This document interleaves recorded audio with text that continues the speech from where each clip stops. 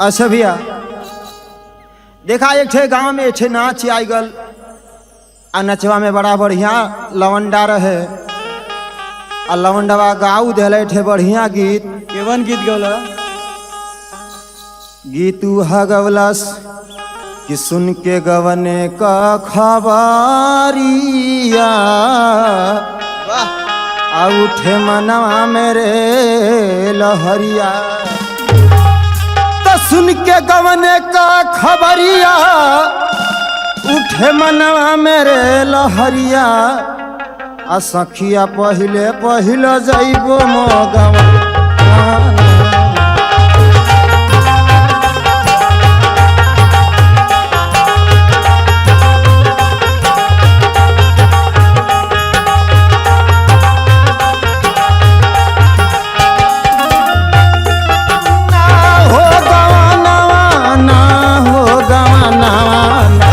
सखिया पहिले पहिले जइबो मोगवा।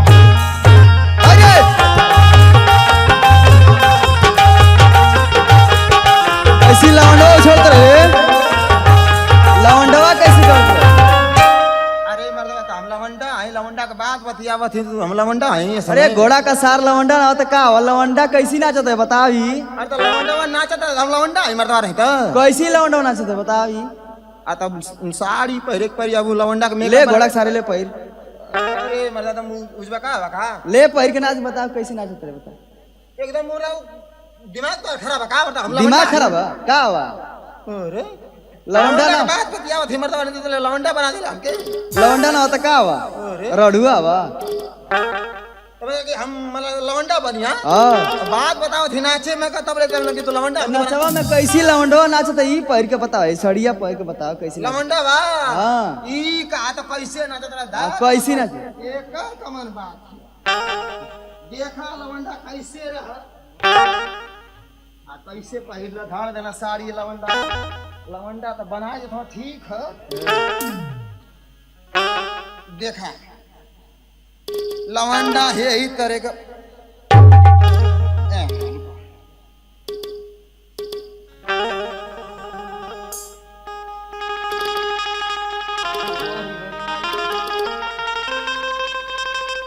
आई देखा लवंडा का पटेल है। पटेल पलेट रे। हाँ यार वो पलेट अब लवंडा हम थोड़ो ना है कि नहीं पलेट पलेट गई ले। अरे अड़ा सादा लिखा रे में। अरे क्या कौन सा पकड़ा के निकाली निकाल पकड़ा जी पकड़ा हे जा पकड़ा हे जा।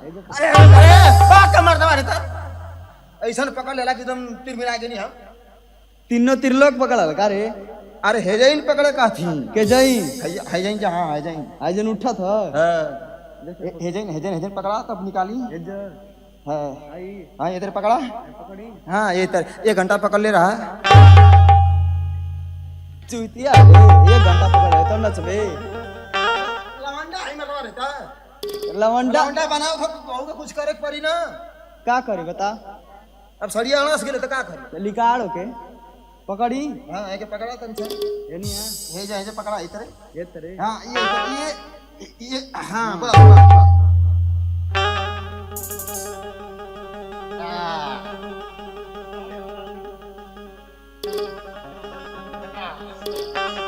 देखा लवंडा कैसे रहा। करीना कपूर है का होई?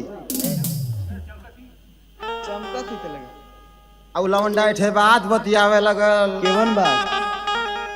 देखा ना चाहिए वाली बात बतियावत रह केवन बात बता? कि हमके मिलल बलमुआ नचनिया हमके मिलल बलमुआ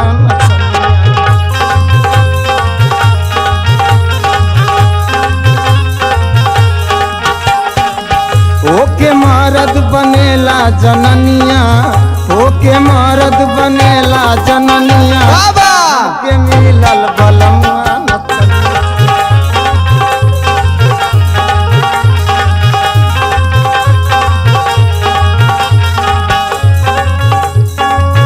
ओके मरद बनेला जननिया ओके मरद बनेला जननिया हमके मिलल बलमुआ। सबका बैग संगे बिता ले एक दिन।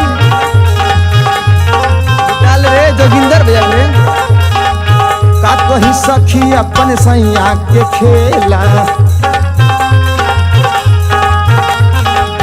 टाइट सामान हमर कोई देला ढीला। जोगिंदर अरे बहुत मुंह भुकौना हो साउंड वाला ना। का कही सखी अपने सैया का खेला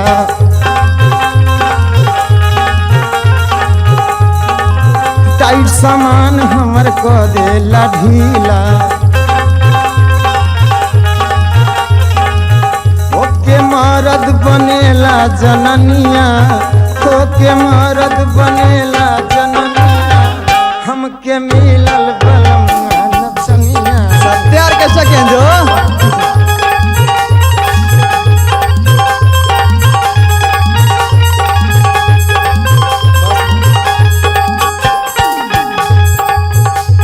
बलमुआ नचनिया बलमुआ नचनिया बलमुआ